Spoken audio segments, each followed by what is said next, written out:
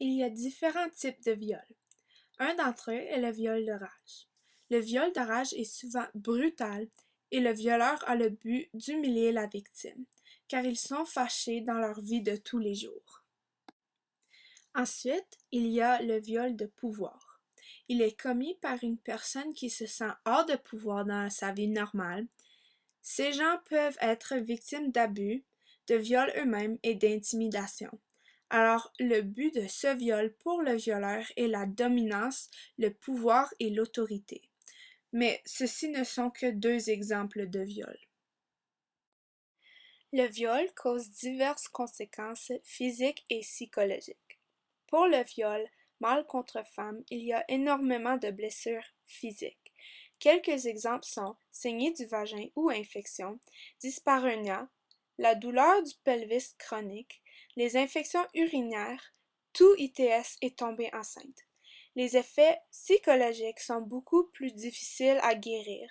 Les victimes deviennent déconnectées de la réalité, perdent leur empathie pour les autres, se mutilent et développent des comportements agressifs ou dépressifs. Les chances de suicide augmentent énormément.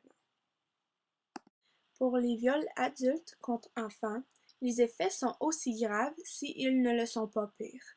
Les effets psychologiques sont long terme et ils peuvent développer des tendances suicidaires ou criminelles. Quelques solutions qui sont possibles à ce problème sont d'éduquer les enfants sur ce sujet dès un jeune âge et d'en parler en général car souvent on n'ose même pas en parler. Définition personnelle du consensus sexuel. Le mot consensus sexuel, c'est difficile pour moi parce que je n'y étais pas préparé. Mais seulement je pense que le consensus c'est juste un agrément ou un consentement réciproque de deux individus de même ou de sexe différent, soit de s'aimer ou de procéder à tout processus intime qui lie les deux personnes. Où croyez-vous la ligne est entre le consensus et le viol?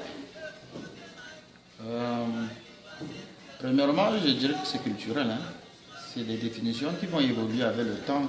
Alors, ce qu'on a considéré comme vol hier, ou n'était pas considéré comme vol hier, est probablement considéré comme vol aujourd'hui. Donc, c'est vraiment un processus qui est évolutionnaire. Donc, ça dépend des générations. Donc, aujourd'hui, c'est sûr que si un partenaire déclare ne pas être consentant, à partir du moment où il n'est pas consentant, c'est là que le vieux commence, à mon sens, à moi. Croyez-vous que c'est une problématique extrême dans notre société? Oui, je pense que c'est une problématique qui est extrême parce que de fois on va surréagir, justement en ce sens que chaque individu va vouloir tirer profit de la définition. Donc il y en a qui vont exagérer ou interpréter le viol dans leur sens à eux, juste pour mettre son partenaire en difficulté. Et à partir du moment où on a cet esprit, on met un peu le législateur aussi en difficulté parce que le législateur part de l'honnêteté des deux individus adultes. Donc, à partir du moment où deux individus sont honnêtes, la définition telle que faite est vraiment parfaite, mais à partir du moment où l'une des personnes commence à ne pas être honnête, là, la définition, la loi ne peut vraiment plus rien du tout.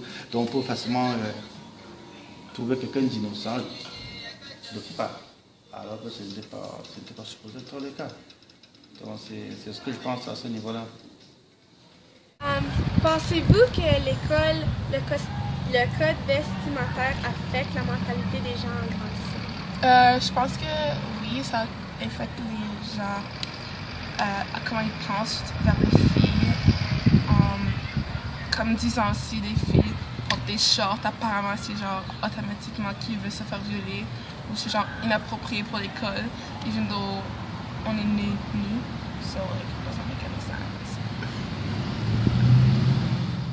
La définition du consent est d'approuver, donner permission ou être en accord.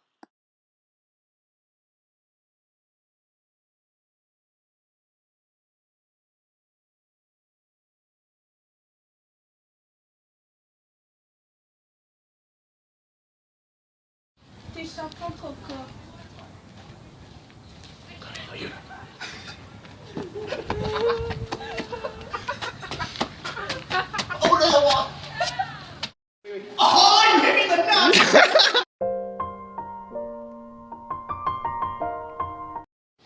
How do I drag this in a hurry? No, but yeah.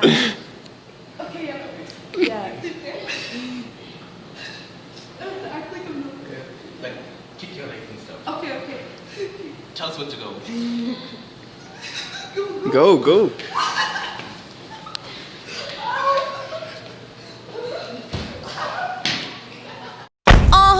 This my shit. All the girls stomp your feet like this. Ew.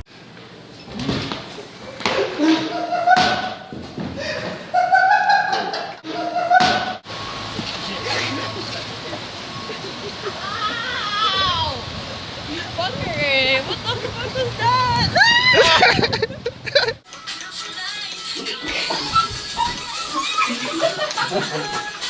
Let's get in on this.